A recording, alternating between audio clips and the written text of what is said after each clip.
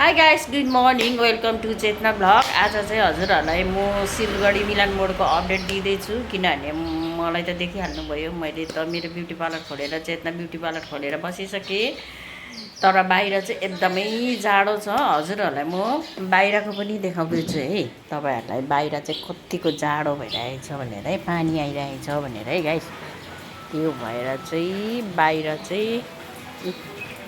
बाहिर पनि यस्तो पानी आइरहेछ गाइस। यसरी यस्तो पानी आइरहेछ। यहाँको चाहिँ 3टा दोकान चाहिँ खोलेको छैन, किनभनेदेखि यो दोकान चाहिँ सायद छठ पूजा मान्नुको लागि देश जानुभएको छ होला जस्तो लाग्यो। त्यो भएर सबैजना यसरी बसिरहनु भएको छ गाइस। त्यही भएर हजुरहरूलाई म दोकानबाटै भ्लग बनाएर हाल्दैछु। त्यो भएर कस्तो लाग्छ लाइक, कमेन्ट, सेयर, सब्सक्राइब पनि गरिदिनुहोस् है। अहिले धेरै बाहिर पानी आइरहेछ, जाडो पनि एकदमै जाडो भइरहेको छ है गाइस। त्यो भएर चाहिँ सबैजना छाताहरू ओढेर हिँडिरहनु भएको छ। पानी आएर कसै बाहिर पनि निस्केको छैन, धेरै जाडो भएर।